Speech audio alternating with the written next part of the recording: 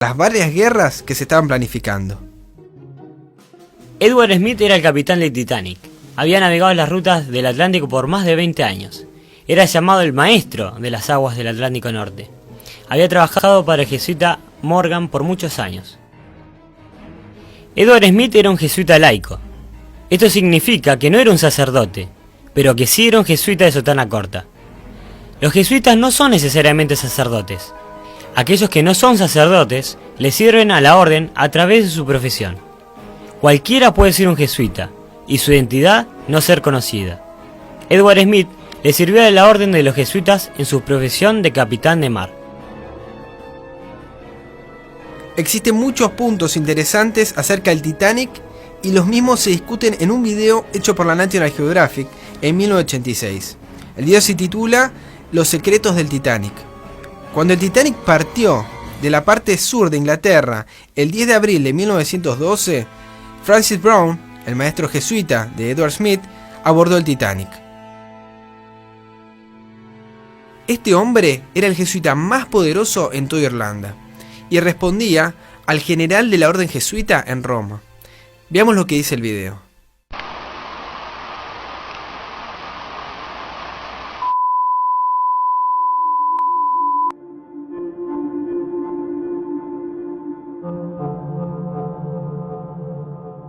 Existen unas cuantas fotografías auténticas tomadas en el primer y último viaje del Titanic. El padre Francis Brown, que se encontraba de vacaciones, tomó estas conmovedoras imágenes de sus compañeros de viaje. Un viaje que para la mayoría fue hacia la eternidad.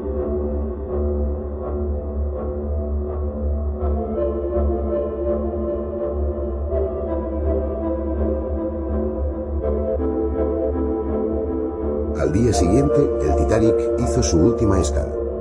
Se detuvo cerca de la costa de Queenstown, en Irlanda. Aquí recogieron a los últimos pasajeros, la mayoría de ellos emigrantes que buscaban una oportunidad en América.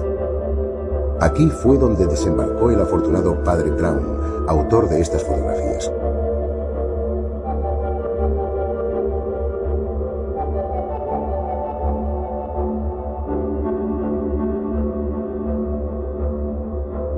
El sacerdote captó al capitán Smith asomado desde el puente del Titanic, como suspendido al borde del destino. Después, el Titanic navegó hacia la tragedia. Tardó 73 años en volver a ser fotografiado. Su imagen se conservó tan solo en la memoria de las gentes.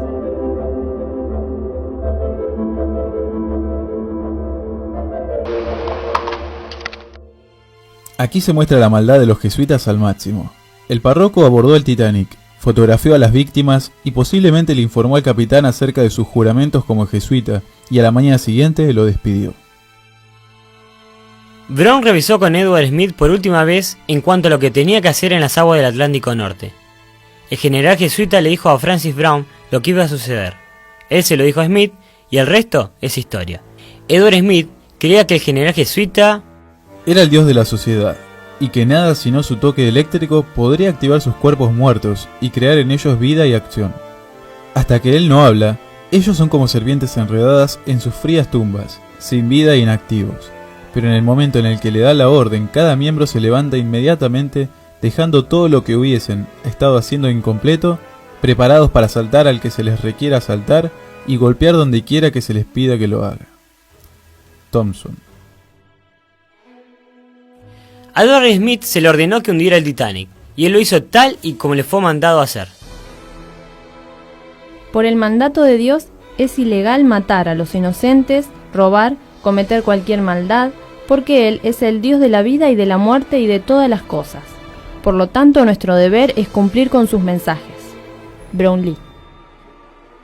No hay ningún informe en la historia de una asociación cuya organización haya prevalecido por 300 años, sin cambio y sin alteración, pesar de los ataques de los hombres y los tiempos, y que haya ejercido tanta influencia sobre los destinos de la humanidad. El fin justifica los medios, es su frase favorita, y como su único medio, como hemos mostrado, la orden está dispuesta a cometer cualquier tipo de crimen. Nicolini. Los invito para que recordemos el juramento que cada persona tiene que hacer para formar parte de la orden jesuita. Debo considerar mi cuerpo como un cuerpo muerto sin voluntad o inteligencia, como crucificado quien se entrega sin resistencia a la voluntad de aquel que la maneja con un bastón en su mano, quien la usa como se le requiere y como mejor le plazca. Thompson. Cuando una persona hace juramento de los jesuitas, está atado a su amo hasta el día de su muerte. Edward Smith se había convertido en un hombre sin voluntad y sin inteligencia. Él hubiera cometido cualquier crimen que la orden le ordenara cometer. A Edward Smith se le había requerido que actuara como mártir. A bordo del Titanic, esa noche el capitán sabía cuál era su labor. Estaba bajo juramento. El barco se había construido para los enemigos de los jesuitas. Luego de 3 días en el mar, con solo un par de binoculares para ver en la proa, Edward Smith aceleró el Titanic a su máxima velocidad, a 22 nudos de velocidad, en una noche oscura en un océano completamente lleno de hielo cerca de un área de 80 millas cuadradas. Edward Smith hizo todo esto a pesar de que había recibido a los enemigos de los jesuitas. Luego de 3 días en el mar, con solo un par de binoculares para ver en la proa, Edward Smith aceleró el Titanic a su máxima velocidad, a 22 nudos de velocidad, en una noche oscura en un océano completamente lleno de hielo cerca de un área de 80 millas cuadradas. Edward Smith hizo todo esto a pesar de que había recibido por lo menos 8 telegramas advirtiéndole que navegara más despacio, ya que estaba navegando demasiado rápido. ¿Necesitaría Edward Smith siquiera un aviso? No, él había navegado esas aguas por más de 26 años. Él sabía muy bien de los icebergs que había en esa zona. Pero ni siquiera 8 avisos detuvieron a ese hombre que estaba sometido bajo el juramento de los jesuitas y bajo órdenes específicas de destruir el Titanic. Resultaba absurdo hacerle repetidas advertencias al capitán Edward sobre aminorar la velocidad del Titanic la noche de la tragedia. Era algo bastante obvio. El hecho de que Smith nunca escuchó las advertencias resulta loco. A él se le había impartido órdenes de su Dios en el Vaticano y nada le haría retroceder. Las enciclopedias muestran una imagen trágica de Smith en sus últimos momentos. En el momento en que vino la orden de bajar los salvavidas, Smith dudó y uno de sus ayudantes tuvo que enfrentarse con él para que diera la orden. Las destrezas legendarias del liderato de Smith parecían haberlo abandonado. Curiosamente, estaba indeciso y demasiado cauteloso en esa noche fatal. ¿Podrían ser las anteriores palabras, adjetivos, con los que se describiera un capitán de 26 años de experiencia? ¿O son las palabras que describen a un hombre que estaba luchando en su mente en cuanto a si debía cumplir con su deber como capitán marino u obedecer a su amo, quien le había ordenado hundir el barco? La esposa de John Astor se subió a un bote salvavidas y sobrevivió, mientras su esposo murió en las aguas del Atlántico Norte. No había suficientes botes salvavidas, y muchos de ellos estaban solo llenos a la mitad de su capacidad, con solo niños y mujeres en ellos. Para prevenir que barcos estuviesen cerca prestasen ayuda de forma inmediata, se dispararon bengalas de color rojo y no blancas, que son las que se utilizan para indicar ayuda. Las de color rojo significa que estaban teniendo una fiesta. Una de las más grandes tragedias del siglo XX, el hundimiento del Titanic, se encuentra ligado directamente con la orden de los jesuitas. El barco, que supuestamente era indestructible, el palacio flotante, fue creado para convertirse en la tumba de los ricos que se oponían al sistema de Reserva Federal. Para el 9 de abril de 1912, se eliminaron todas las oposiciones que había a la creación de la Reserva Federal.